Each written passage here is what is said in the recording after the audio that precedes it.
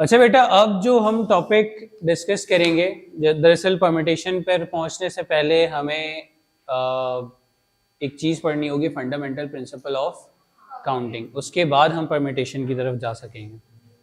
अच्छा, ये fundamental principle of counting क्या है, ये मैं एक एग्जांपल के ज़रिए आपको समझाता हूँ।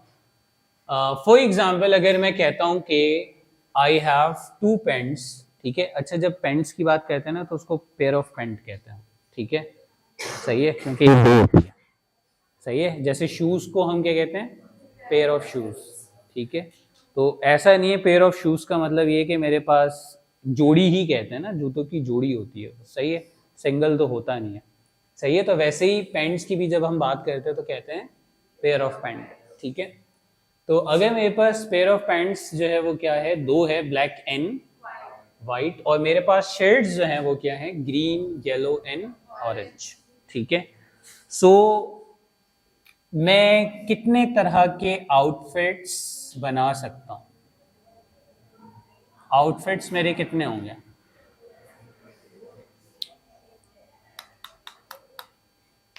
कितने होंगे?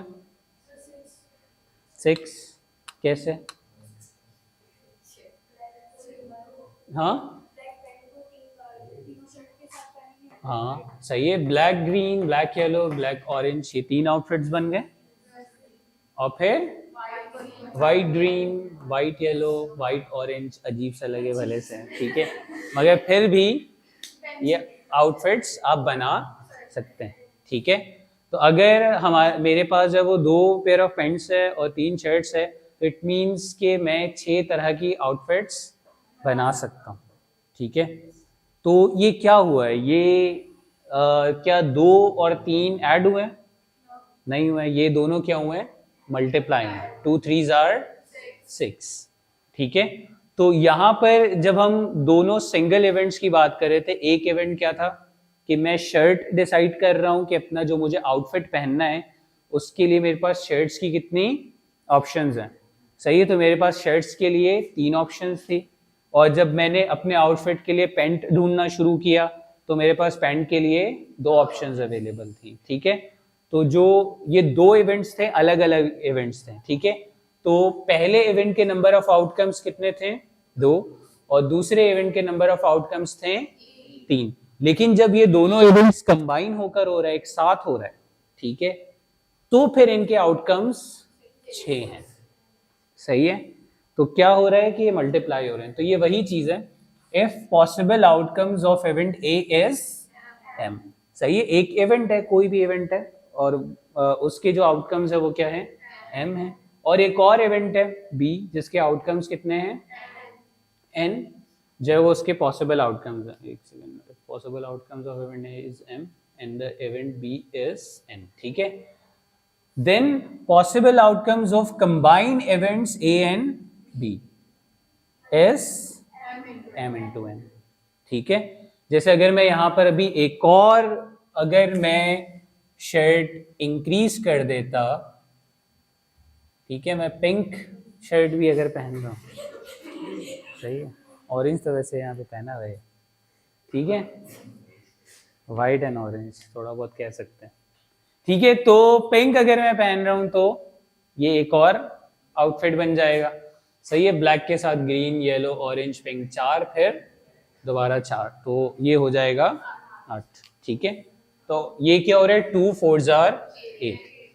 अच्छा, अब ऐसा नहीं है कि मैं यहाँ पर कंबाइन इवेंट्स की बात कर रहा हूँ, तो कंबाइन इवेंट हमेशा 2 ही हो सकता है, 3 भी हो सकते हैं, ठीक है। आउटफिट अगर किसी खातून का देख लिया जाए तो फिर उसमें आ जाता है स्टॉलर भी ये वाला कलर का होगा, ठीक है। उसमें फिर बूंदे जो है वो सिल्वर कलर के पहनने हैं, गोल्डन पहनने हैं, ठीक है। जो ज्वेलरी हो रही है वो गोल्डन होनी चाहिए, सिल्वर होनी चाहिए, ठीक है। तो वो फिर और सारी चीजें आ जाती हैं उसमें, ठीक है। लड़कों का ये है कि ये वाले मामला अगर शलवार कमीज में हो तो वो भी खत्म हो जाता है कि भाई अगर 4 शलवार कमीज है तो 4 आउटफिट ही है। ऐसा नहीं कर सकते कि किसी की शलवार किसी की कमीज के साथ पहन के जाए, अजीब सही लगेगा, ठीक है। पैंट शर्ट में तो फिर भी थोड़े से ज्यादा आउटफिट्स बन जाए, ठीक है। तो ये कॉन्सेप्ट समझ में आ गया, फंडामेंटल प्रिंसिपल ऑफ काउंटिंग, हमें कहता है कि भाई और ये दोनों इवेंट्स जब साथ हो रहे हैं तो फिर हम इनको मल्टीप्लाई कर देते हैं। सही है, तो ये वाला काम हम आगे चल के परम्यूटेशन में बहुत ज्यादा करने वाले हैं।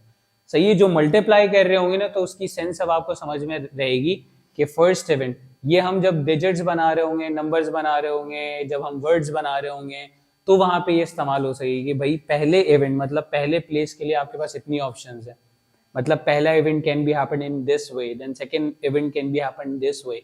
तो हम क्या करेंगे, इन सबको मल्टीप्लाई करते हुए चलेंगे। ठीक है, तो ये इसलिए जो है बड़ा ही अहम टॉपिक है समझने के लिए।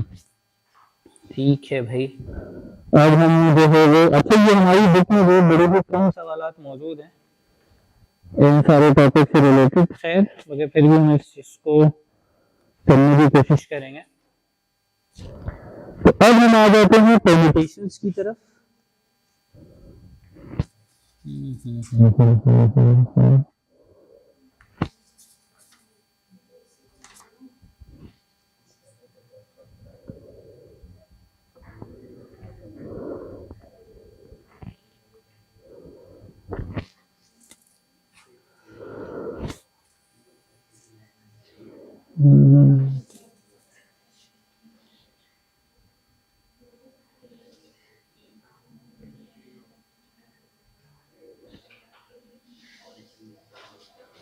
बल्कि इसमें हम सबसे पहले क्वेश्चन नंबर 7 देख लेते हैं। बेटा देखिए, अच्छा यहाँ पर क्वेश्चन को देखना बहुत जरूरी है। सही है, ये जो हम टॉपिक पढ़ रहे हैं ना परम्यूटेशन एंड कॉम्बिनेशन, इसमें असल कहानी ही सिर्फ क्वेश्चन को समझना है। सही है, यहाँ पे कैलकुलेशन कोई भी लंबी चौड़ी नहीं है, सिर्फ मल्टीप्लाई करना है, बस ऐड करना है, बस ये सारी चीजें। ठीक है, असल जो है वो ये पढ़कर समझना है कि यहाँ पर हमें करना क्या है। तो क्वेश्चन नंबर 7 में कह रहे हैं a fair coin is tossed 3 times. ठीक है, एक कॉइन है उसको हम टॉस कह रहे हैं 3 मरतबा। सही है, how many outcomes are possible. ठीक है, तो अगर मैं इसको फंडामेंटल प्रिंसिपल से करूं, ठीक है, सबसे पहले हम इसको क्या करते हैं, फंडामेंटल प्रिंसिपल से करते हैं। ठीक है, bye fundamental principle of counting. फिर इसको हम ट्री डायग्राम से भी करके देखेंगे, bye fundamental principle of counting.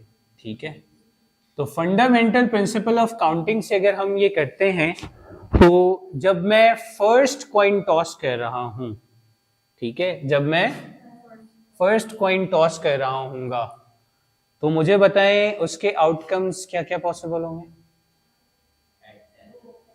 Head होगा या टेल होगा, दो आउटकम्स है।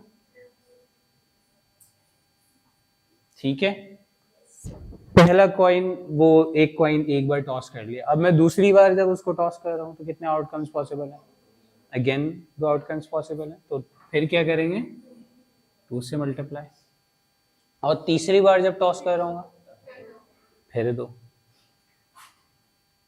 तो ये टोटल आउटकम्स कितने आ गए, 8। ठीक है, हम 2 के ऊपर पावर 3 भी कह सकते हैं इसको। ठीक है, मैं इसको इसी तरह से कर लेता हूं क्योंकि हम इसको इस सेंस में भी पढ़ रहे होंगे, 2 के ऊपर पावर 3। सही है, तो ये दरअसल जनरलाइज तौर पे भी हम ये कह सकते हैं कि अगर इसको 3 बार टॉस कर रहे थे तो 3, अगर मैं इसको कहता कि 10 बार टॉस कर रहे हैं तो 2 के ऊपर पावर 10 आ जाती है। ठीक है, तो ये मिल रहा है अल्टीमेटली हमें 8। ठीक है, तो हमें ये पता चल गया कि हमारे पास टोटल कितने आउटकम्स हैं, 8 आउटकम्स पॉसिबल हैं। अब हम आ जाते हैं ट्री डायग्राम से कि वो 8 आउटकम्स होंगे कैसे कैसे। सही है, जैसे यहां पर आपको आउटकम्स पता थे ना, black green, black yellow, black orange, black pink, white green. तो इसी तरीके से अब हम यहां पर जो है वो ट्री डायग्राम बनाएंगे।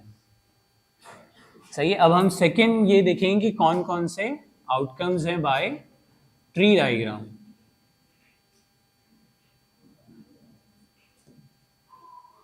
तो ट्री डायग्राम हमें क्या कहता है कि सबसे पहले तो यहां पर हम बना लेते हैं कि भाई पहला जब हम टॉस कर रहे हैं, ठीक है, फर्स्ट टॉस,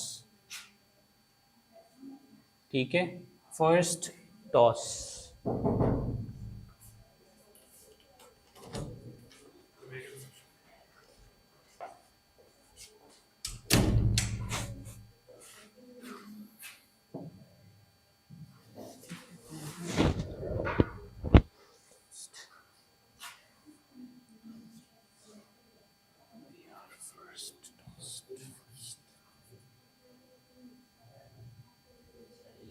फर्स्ट टॉस, ठीक है। फर्स्ट टॉस जब हम कर रहे हैं तो कितने तरह के आउटकम्स हमारे पास पॉसिबल हैं? या तो हेड आएगा या टेल आएगा, बल्कि इसको ऐसे कर लेते हैं, हेड हो सकता है या फिर टेल हो सकता है। थोड़ी जगह और बना लेते हैं, ठीक है। ये फर्स्ट टॉस हमने कर लिया। अब इसके बाद अगर मैं सेकंड टॉस पर आता हूं,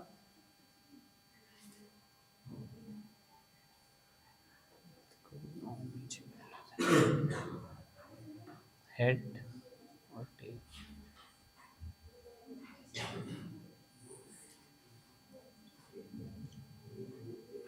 अब सेकंड टॉस करते हैं, तो सेकंड टॉस करते हैं तो अब क्या होगा कि मैंने टॉस किया, तो अब क्या हो सकता है भाई? फॉर एग्जाम्पल फर्स्ट टॉस में हेड आया था, तो सेकंड टॉस में क्या आ सकता है उसके साथ? हेड भी हो सकता है और टेल भी हो सकता है, ठीक है। फर्स्ट में हेड आया था तो दूसरे टॉस में हेड भी हो सकता है और टेल भी हो सकता है। और फॉर एग्जाम्पल फर्स्ट में हेड, फॉर एग्जाम्पल फर्स्ट में टेल आया था, ठीक है, फर्स्ट में टेल आया था, तो इस पे भी क्या पॉसिबिलिटी है? हेड भी हो सकता है और टेल भी हो सकता है, ठीक है। हेड भी हो सकता है और टेल भी हो सकता है। ये सेकंड टॉस हो गया। अब इसके बाद हम आ जाते हैं थर्ड टॉस पर। सेकंड टॉस,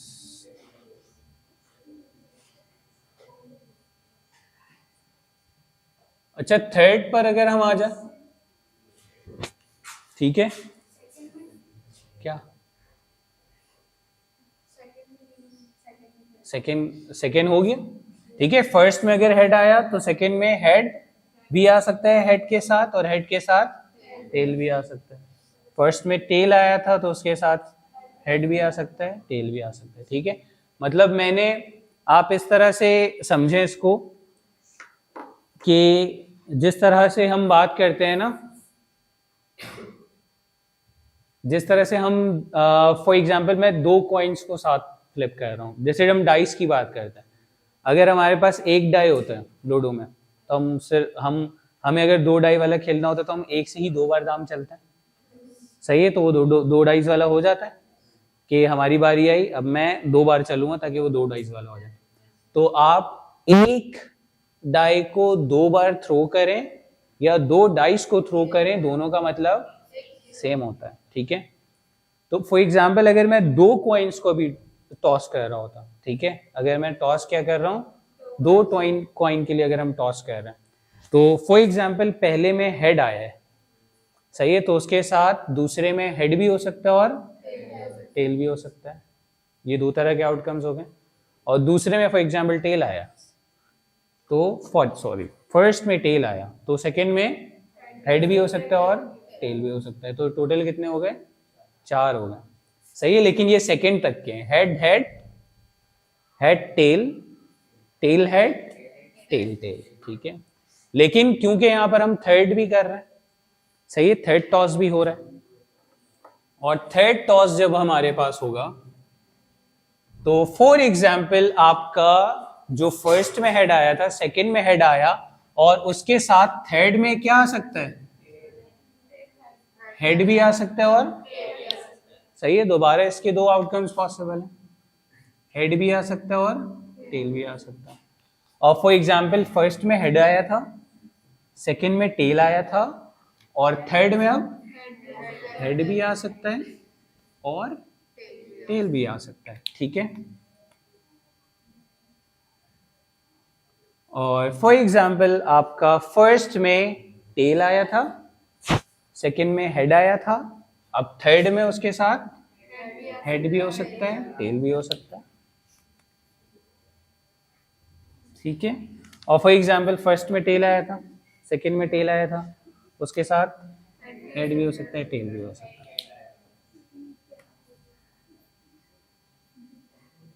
ठीक है। और ये 3 कॉइन्स थे हमारे पास टोटल, सही है।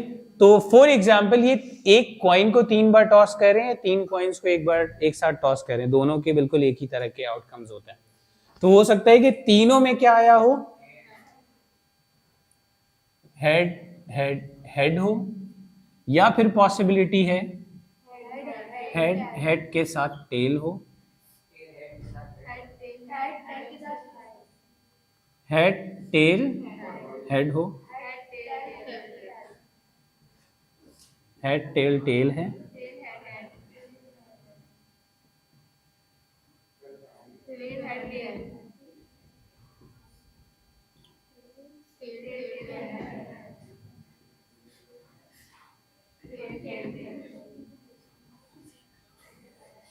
ठीक है।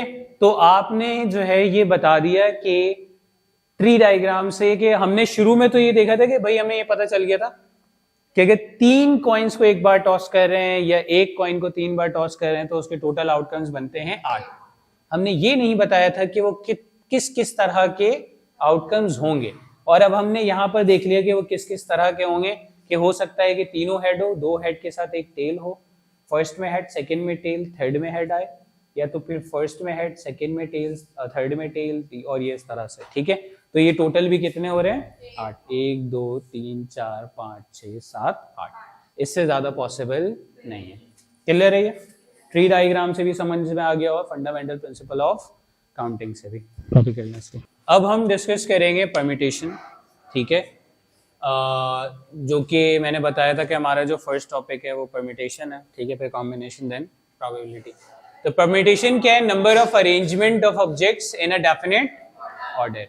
आपके पास कुछ ऑब्जेक्ट्स हैं, उनको आप जो है वो अरेंज करते हैं कुछ पर्टिकुलर ऑर्डर में, दैट इज कॉल्ड परम्यूटेशंस, ठीक है।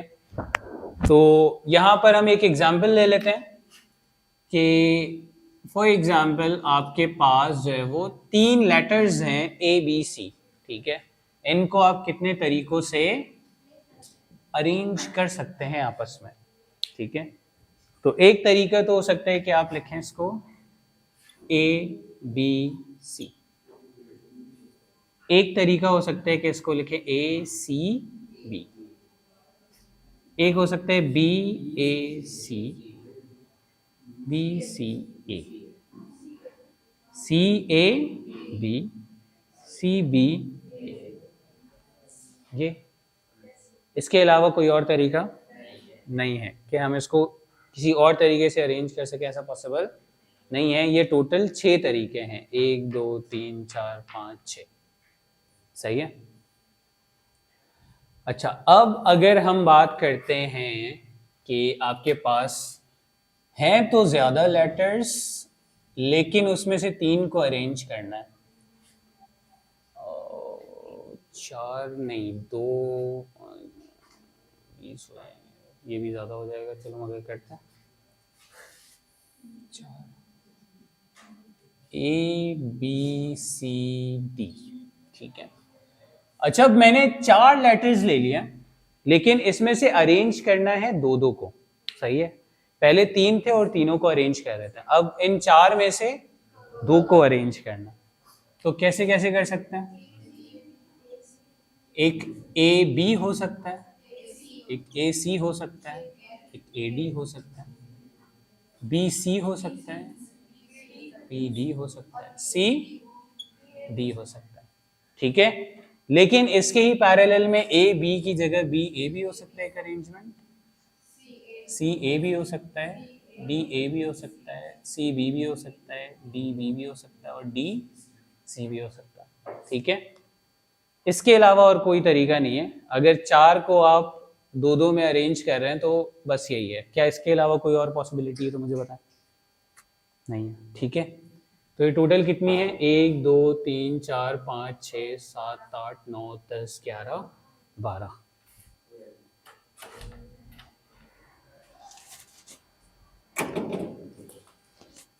ठीक है भाई, तो ये अरेंजमेंट हम परम्यूटेशन के फॉर्मूले से कैसे निकालते हैं। ठीक है, तो जो परम्यूटेशन वाला हमारे पास फॉर्मूला है ना, NPR, सही है, उसमें N is total number of objects.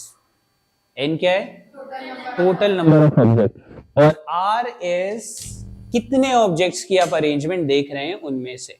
ठीक है, क्या आपके पास टोटल, जैसे यहां पर 3 ऑब्जेक्ट्स हैं और तीनों की अरेंजमेंट्स देख रहे थे, तो वो जो आपके पास NPR था वो दरअसल आपके पास क्या हो जाता, 3p3, और अगर आप उसको निकालते हैं तो ऊपर 3 फैक्टोरियल और नीचे 3 माइनस 3 फैक्टोरियल। अच्छा, ये मैंने डिस्कस नहीं किया था शायद, 0 फैक्टोरियल 1 होता है।